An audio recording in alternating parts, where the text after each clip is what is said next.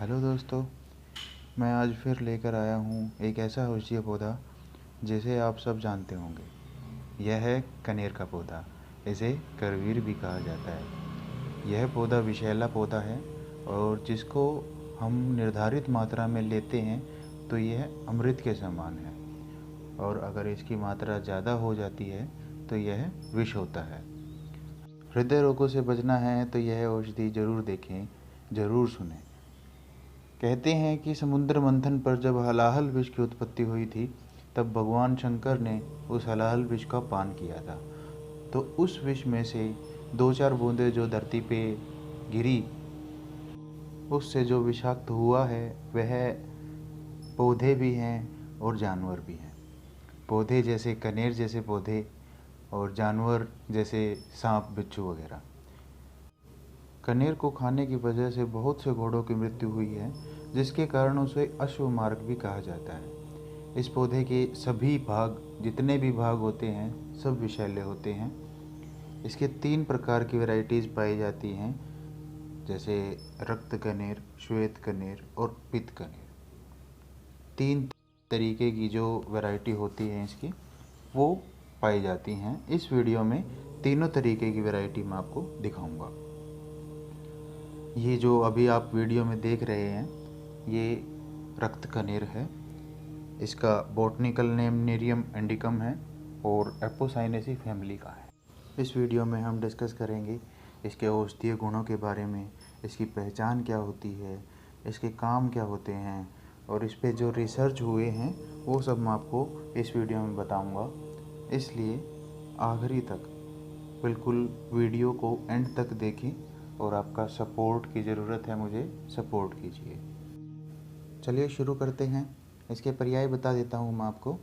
इसको इंग्लिश में Indian oleander बोलते हैं, संस्कृत में इसे करवीर अश्वमारक भी बोलते हैं, हिंदी में कनेर कनेल बोला जाता है, मराठी में कण्हेर बोलते हैं इसे, गुजराती में इसे कणेर व करेण भी कहा जाता है, तेलुगु में जानेरत बोलते हैं इसे।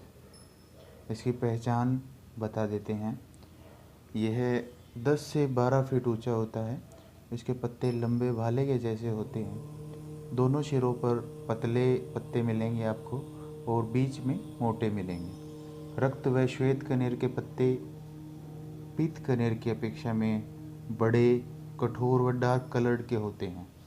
रक्त कनेर में फूल गुलाबी रंग के, लाल रंग के होते हैं। श्वेत कनेर में फूल सफ़ेद होते हैं और पीत कनेर में पीले रंग के होते हैं। सभी पर जो भी फूल होते हैं गुच्छों में पाए जाते हैं। इनके पत्तों को तोड़ने पर दूध निकलता है इनमें से, और इस पर फली जो लगती है वो 5 से 7 इंच लंबी चपटी होती है, जिसमें से इसके बीज निकलते हैं। एक फली में से बहुत सारे बीज निकलते हैं जो हल्के भूरे रंग के होते हैं और छोटे छोटे होते हैं। गर्मियों में इसके फूल लगते हैं और ठंड में इसके फल निकलते हैं। चलिए अब रासायनिक संगठन की बात करते हैं। इसमें नेरियोडोरिन, कैराबिन तत्व पाए जाते हैं। इसकी छाल में स्कोपोलेटिन, स्कोपोलिन आदि मिलते हैं, और इसकी पत्तियों में ओलियंड्रिन मिलता है। नेरियोडिन, नेरियम डी, रूटिन, एनाइड्रो ओलियंड्रिन, ये तत्व इसमें पाए जाते हैं। वह हार्ट पर काम करने वाले ग्लाइकोसाइड्स भी पाए जाते हैं। पत्तियों में मुख्य रूप से ओलियंड्रिन होता है, जो हार्ट के लिए एक औषधि है। चलिए अब इसके गुण कर्मों की चर्चा करते हैं। इसका रस कटु और तिक्त होता है। गुण लघु, रुक्ष, तीक्ष्ण होता है, जो तेज़ी से फैलने में इसकी मदद करता है। इसका वीर्य जो होता है, तासीर बोलते हैं उसको, उष्ण वीर्य होता है। वह विपाक इसका कटु होता है। प्रभाव इसका जो होता है वो हृदय को बलवान करने का होता है। जो पेशेंट हार्ट के, मेनली हार्ट के पेशेंट जो होते हैं, उसके लिए ये औषधि एक संजीवनी बूटी से कम नहीं है। निश्चित मात्रा में इसका यूज़ किया जाए तो यह औषधि अमृत के समान गुणों वाली होती है, और अगर मात्रा ज़्यादा हो जाए तो इससे हार्ट अटैक, स्ट्रोक जैसी बीमारियां होकर आदमी की मृत्यु हो जाती है। इसलिए अगर आपको इसका यूज़ करना है तो प्लीज़ किसी वैद्य की निगरानी में इस औषधि को लें। आगे वीडियो में इसकी निर्धारित मात्रा भी बताई जाएगी, इसलिए बने रहें। इसके प्रयोगों के बारे में चर्चा कर लेते हैं। यह औषधि कफवात शामक होती है। स्किन पर इसका लेप लगाने से कोढ़ रोग व सूजन खत्म हो जाती है। घाव को साफ़ करने के लिए व उसे भरने के लिए इसका यूज़ किया जाता है।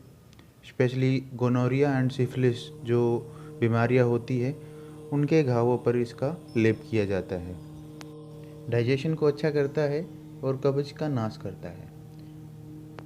जिस व्यक्ति का हार्ट कमज़ोर हो गया है या हार्ट पर किसी प्रकार की सूजन बताई गई है, जिसे कार्डियोमेगाली बोला जाता है, या फिर हार्ट की वजह से पैरों में सूजन और सांस चढ़ने की शिकायत होती है, बोलते हैं पेशेंट दम फूल रहा है, तो यह औषधि उसके लिए ही बनी है, ऐसा समझो।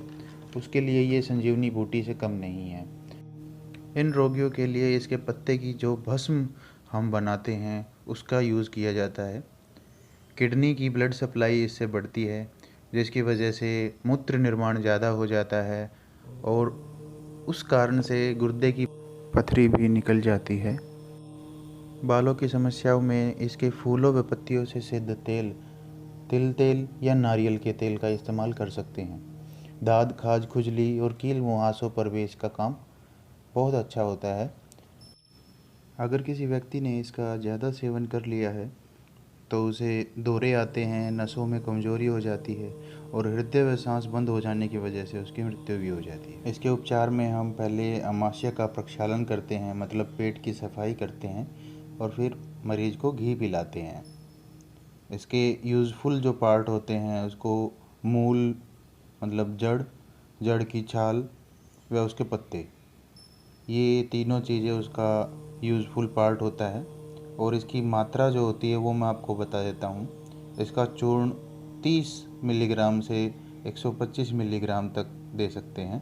उससे ज़्यादा अगर दोगे तो विषाक्त लक्षणों की उत्पत्ति हो सकती है। दोस्तों, जैसे कि मैंने आपको इस वीडियो में बताया कि यह पौधा विषैला पौधा है और इसका इस्तेमाल अगर आपको करना है तो किसी वैद्य की निगरानी में ही करना है, क्योंकि अगर विषाक्त लक्षण नहीं चाहते हो आप तो उससे बच के ही रहना चाहिए। अगर आप खुद पे कोई एक्सपेरिमेंट करोगे तो हो सकता है कि कोई नुकसान हो जाए, इसलिए किसी एक्सपर्ट की सलाह ले और भी उसका यूज़ करें। यह कनेर का जो पौधा होता है, इसके जो पत्ते होते हैं और फूल होते हैं, इन्हें स्टोर कर लें तो अच्छा है, क्योंकि आप बाह्यांतर जो होता है इसका प्रयोग वो तो कर ही सकते हो, अभ्यंतर मतलब खाने के लिए इसका प्रयोग ना करें तो अच्छा है। अगर आपको खुद पे ट्राई करना है और बिना किसी वैद्य की सलाह से करना है तो सिर्फ इसका बाह्य प्रयोग करना है आपको, अभ्यंतर प्रयोग नहीं करना, मतलब खाने के लिए आपकी ये औषधि नहीं है बिना किसी वैद्य की सलाह से। इसके जो रीसेंट रिसर्चेज हैं वो मैं आपको बता देता हूँ। Antibacterial, anthelmintic, anti inflammatory, hepatoprotective, immunopotential, antipyretics, antioxidant, anti fungal, anti cancer और एंटी HIV एक्टिविटी, ये सभी गुण मिलते हैं इसमें। ये खून में हीमोग्लोबिन को भी बढ़ाता है, जिससे हम कहते हैं खून की कमी भी पूरी हो सकती है। आज की वीडियो में बस इतना ही। दोस्तों, अगर आप किसी पौधे को जानने की इच्छा रखते हो तो प्लीज़ कमेंट में मुझे बताएं। कोशिश करूँगा अगली वीडियो उस पर बनाऊँ। तो कमेंट में बताना कैसी बनी वीडियो। लाइक, शेयर, सब्सक्राइब करना ना भूलें। आपका सपोर्ट ही मुझे अगली वीडियो बनाने में मदद करता है। Thank you so much.